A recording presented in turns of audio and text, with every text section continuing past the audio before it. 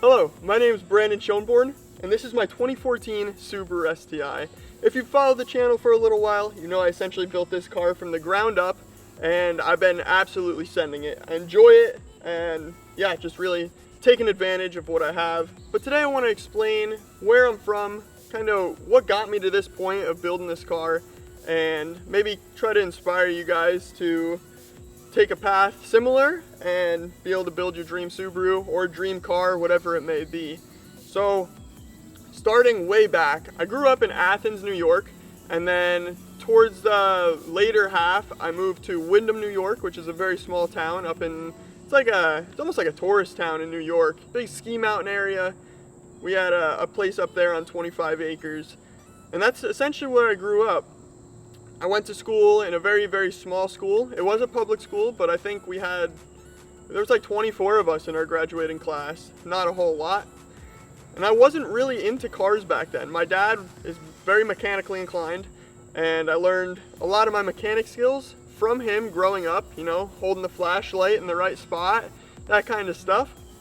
But for the most part, I wasn't very big into cars. I didn't know anything about the whole JDM scene.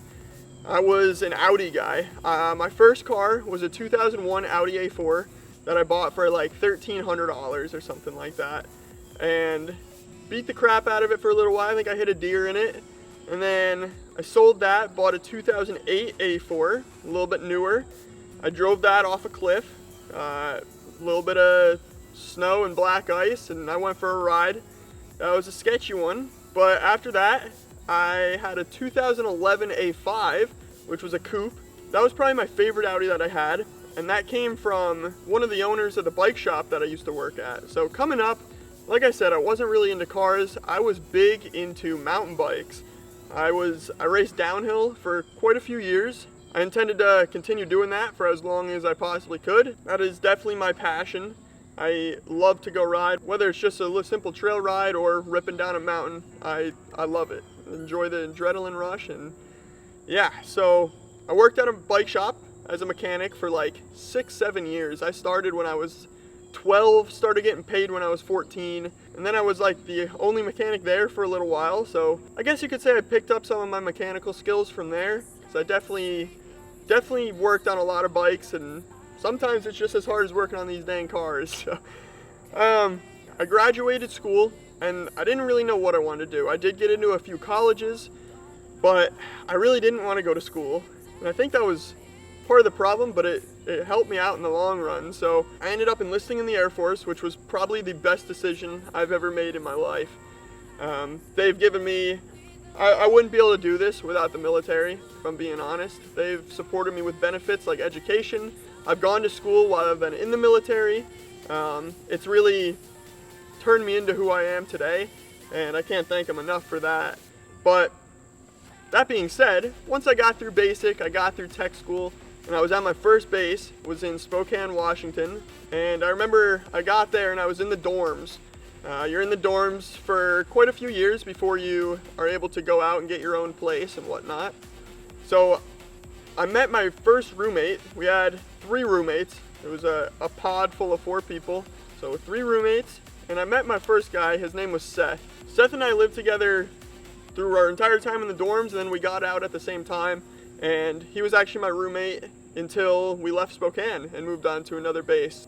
He was a pretty big impact on this car, being that he had a 2008 WRX. So same body style, but the earlier narrow body. He had a sedan. And I remember when I first got to Spokane, I didn't really know what I was going to buy. I thought I was going to buy another Audi, and I ended up buying a Duramax because it looked sick, and I'm like, this thing has potential. So I went ahead, I bought the Duramax. I think I had the truck like 3 days or something, and Seth came to me, he's like, hey, you want to help me change a turbo on my car? I'm like, yeah, we can probably figure that out, you know? I messed around with the Audis long enough, I'm pretty sure I can handle a Subaru. So we took it to what they have, they're called auto hobby shops on base. Some bases have them, some don't.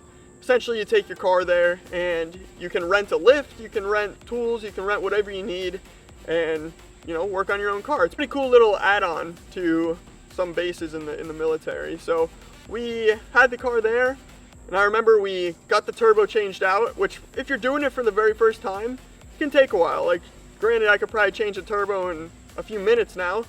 It definitely took us like quite a few hours, if I recall correctly. And I remember we got out of there and we brought it back to the dorms, and there was just a puddle of coolant under the car when we came back outside. Like, the entire coolant system was on the ground.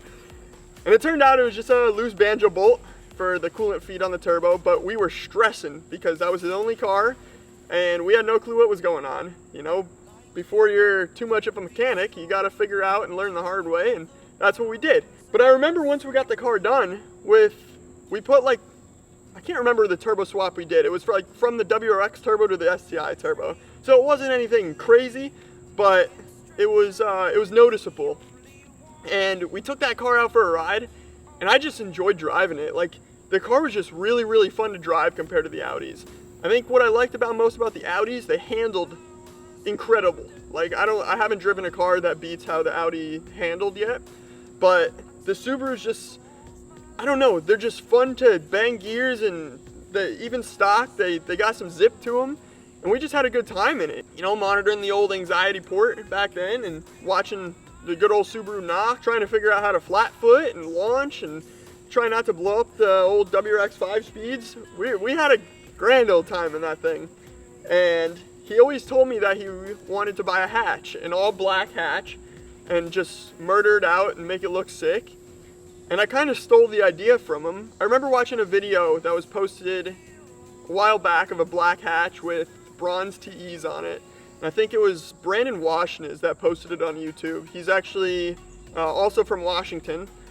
And right then I was inspired. I'm like, I gotta have that car. Like, that car is freaking sick.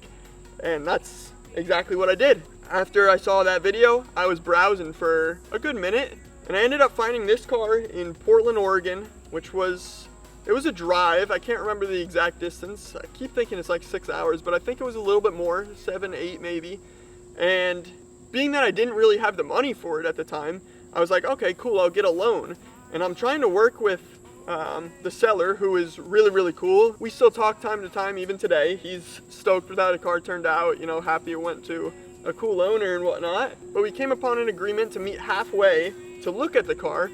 And I remember it was a blizzard, and I was riding with my buddy in his Hyundai Veloster N, and I think it's front wheel drive, those cars are. And it was a ride. Like, it was a complete blizzard, and we had a 3-hour drive to somewhere in Oregon where we met the seller of this car. I remember it rolled up, and this thing was a claptrap. Like, he called it a turd, and it literally was a turd. Like, this thing, obviously the blizzard didn't help, but it was covered in snow, covered in dirt, popped open the hood, just couldn't even see anything in the bay. It was all dust. It was pretty funny. Right then I knew the car was running good, and ended up making a deal, got a loan for it, and like 2 weeks later we were on the way to Portland to go pick it up. And we got there, and I'm like, you know what, I'm just gonna send it home. And the guy I was with ended up staying in Portland for a little while, and I sent it home all alone. Had a few tools in the back just in case anything wild happened. It was like 6-7 hours back. Car did phenomenal. We were back in the garage. When I got home, my roommate with the 08 WRX was actually gone on a military trip for the time, so he didn't get to see it. I think as soon as I got it, obviously I had to get a loan to get the car, so obviously I put whatever I had towards it and then got a loan for the rest. So I didn't really have a lot. The car started off slow. I was just driving it as a daily, you know, as a stock STI, and same thing with the WRX. Like, you know, I just enjoyed driving it. And I think I finally got the money to buy the flares, the mirrors, and the wing. And I was on the way to Wenatchee, Washington. I picked those up, and I was on the way home. I stopped to get gas, and this was all my fault. You know, I shut the car off to get gas, went to turn it back on, and we had a rod knock. And I was like, well, that's kind of weird, you know, like, it drove there and back all the way fine, and all of a sudden it started knocking. And sure enough, I ran it low on oil. It was pretty low on the dipstick. Might not even been on the dipstick, if I'm being honest. I don't know if it had a leak or what. I think the car did have a little oil leak when I got it, and I just didn't pay attention to it. That'll happen. So, all my fault. Brought it back home. It was no big deal. Now, the thing is, I knew I wanted to build this car. I knew I wanted to do the whole you know, close deck, build the car to the max, but I didn't really have the money at the time.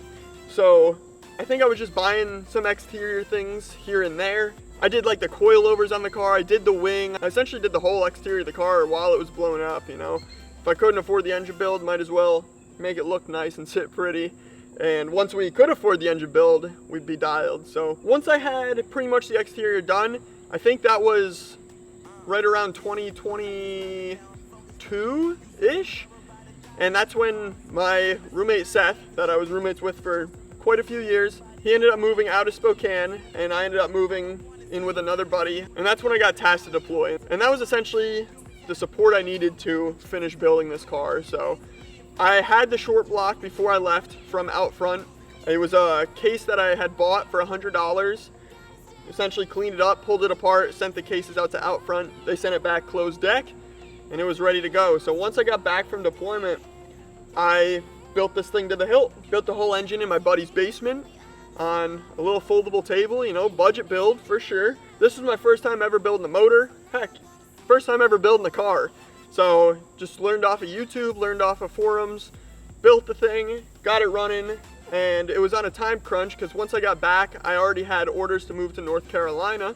I had like a month to get this entire car built, so that means build the engine, get the engine in the car, build the fuel system, get the car wrapped, everything, so we would be 100% ready to get it on the dyno. I remember it worked out. We got it on the dyno like 2 days before I left Spokane. Josh Bader is obviously my guy. He tuned the car, sent it to the moon.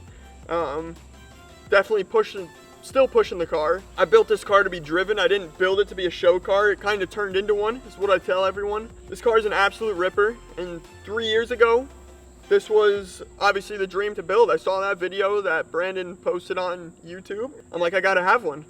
And here it is. And this car, in my opinion, this car came out way better than I could have ever imagined. I freaking love it in all angles, under the bay, the outside of the car, from the front, from the back, from the side, from the top.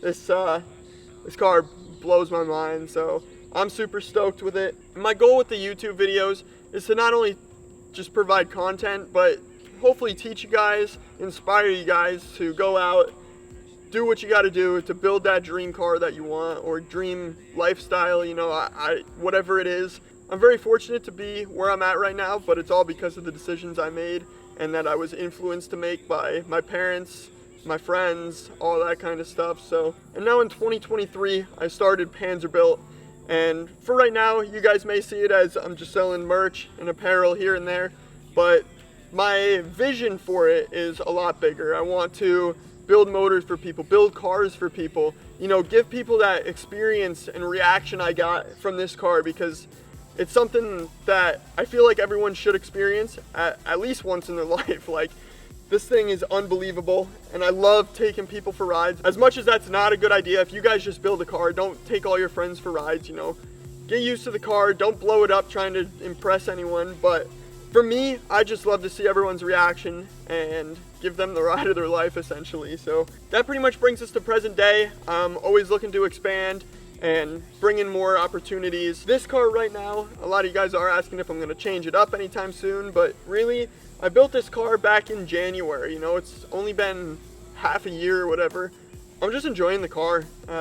That's really it, you know. I have the Evo now that I'm building, so we'll see what comes out of that, but as far as this one goes, yeah, I'm enjoying it. I love it still. Like, this is essentially the dream spec that I was going for, so I don't see me changing it really anytime soon. That's kind of a brief summary of how I worked my way up to where I am now. And if you guys are 16, 17, 18 years old and you're trying to figure out what career path to take, you know, coming out of school, maybe this can inspire you to follow a path kind of similar to what I did. Without the military, I'd probably still be working at the bike shop and definitely wouldn't have been able to afford something like this. So, and recently, for the past like year or two, I've kind of lived life with the mindset of, you know, we're only here once and we don't know how long we're gonna be here. So I really try to make the most of it, do everything I can to achieve my goals and dreams. All we can really do is work hard,